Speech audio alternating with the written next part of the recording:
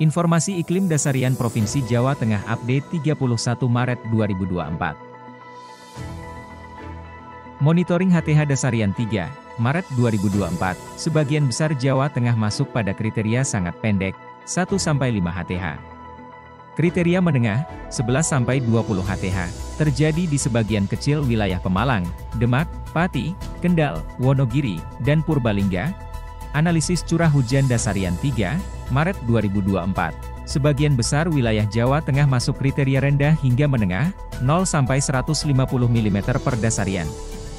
Kriteria tinggi, 151 mm sampai 300 mm, terjadi di sebagian wilayah Brebes, Tegal, Pemalang, Pekalongan, Batang, Kendal, Temanggung, Wonosobo, Jepara, Pati, Sragen, Kota Surakarta, Klaten, Kebumen, Banyumas, Cilacap, Purworejo, Boyolali, Magelang.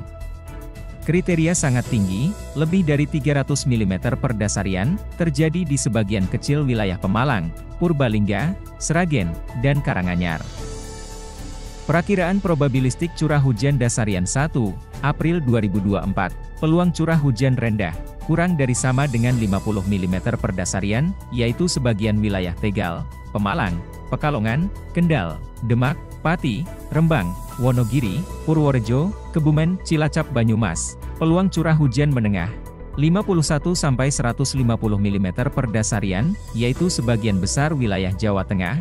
Peluang curah hujan tinggi, 151-300 mm, yaitu sebagian Pemalang, Pekalongan, Batang, Kendal, Wonosobo, Banjarnegara, Purbalingga.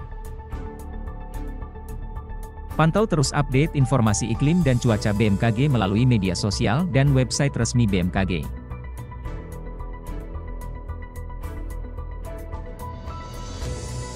Pahami iklim untuk kehidupan.